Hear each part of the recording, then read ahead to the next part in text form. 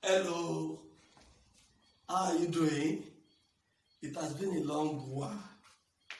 Thank God for the breakthrough on COVID-19 pandemic. I pray that the Lord will heal our land totally in Jesus' name. Permit me this afternoon to teach you an important topic on English grammar, and that is adjectival clause. Adjectival clause. But before we go into the topic, let's consider what a clause is. What is a clause? A clause is a group of related words which contains a finite verb and expresses a meaningful thought. A group of related words which contains a finite verb and communicates a complete or meaningful thought. Now, adjectival clause, as you all know, that an adjective is a word that is used to modify a noun. So we use adjectives to modify nouns or noun equivalents. So coming to adjectival clause.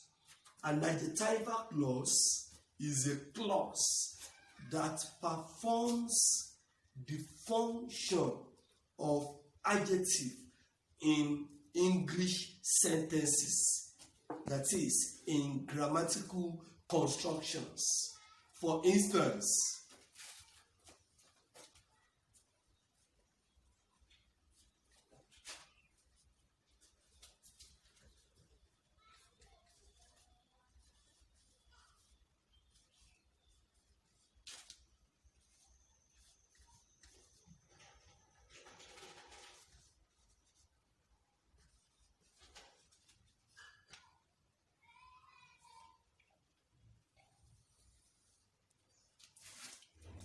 the underlined group of words is an example of adjectival clause. Looking at it, we can, of course, analyze this sentence made by a particular speaker into different segments. The first part of it is the subject, which is I. Saw is the verb, the main verb. The boy is object of the verb. I saw what? Object of the verb. And then, who stole your money is our adjectival clause. Considering this, I believe you will agree with me that we already have a complete sentence by saying, I saw the boy.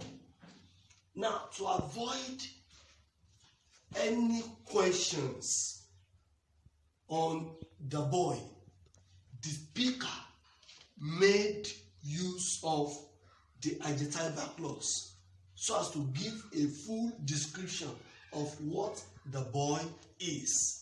Not the boy who slapped Ronke, not the boy who graduated last week, not the boy who even stole my pen, but the boy who stole your money. So it means we use adjectival clause here to give information on the boy mentioned in the sentence. So breaking this sentence into two types of clauses that we have, that is the main clause and the dependent clause. The first part here, I saw the boy, is an example of main clause. Who stole your money is an example of dependent clause. And don't forget what I told you, that clause gave birth to 3 children. The first one is noun clause. The second one is adverbial clause. And the third child is the adjectival clause.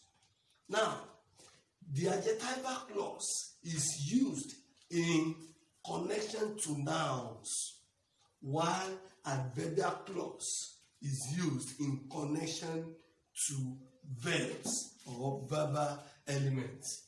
Now, to continue or to give you more information on what an adjectival clause is, let us consider this other example.